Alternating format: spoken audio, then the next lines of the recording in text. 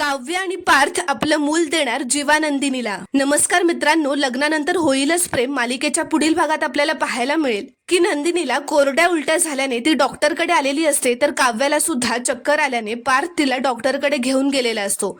आता दोघींच्याही टेस्ट होतात. नंदिनीला तिचे रिपोर्ट्स बघून धक्काच बसतो, कारण ती कधीही आई होऊ शकणार नाही असं त्या रिपोर्ट्स मध्ये असतं.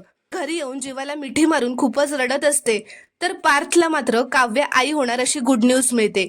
पण आता अनिशाने काव्याला तिचं IAS बनण्याचं ध्येय पूर्ण कर असं सांगितलेलं असतं, म्हणून काव्याला आता मूल नको असतं.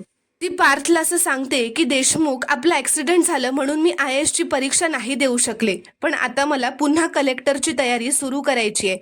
ती अनिशा माझी मैत्रीण, अभ्यासाला कंटाळा करणारी, तिला मी कायम मोटिवेट करायचे. तिने मेन्स क्लिअर केली, तिला इंटरव्ह्यूला सुद्धा बोलवलं, आणि मी काय करते तर घरात बसून रील्स बनवते. काव्य पार्थला म्हणते, पण आता मला पुन्हा IAS ची तयारी सुरू करायची आहे देशमुख.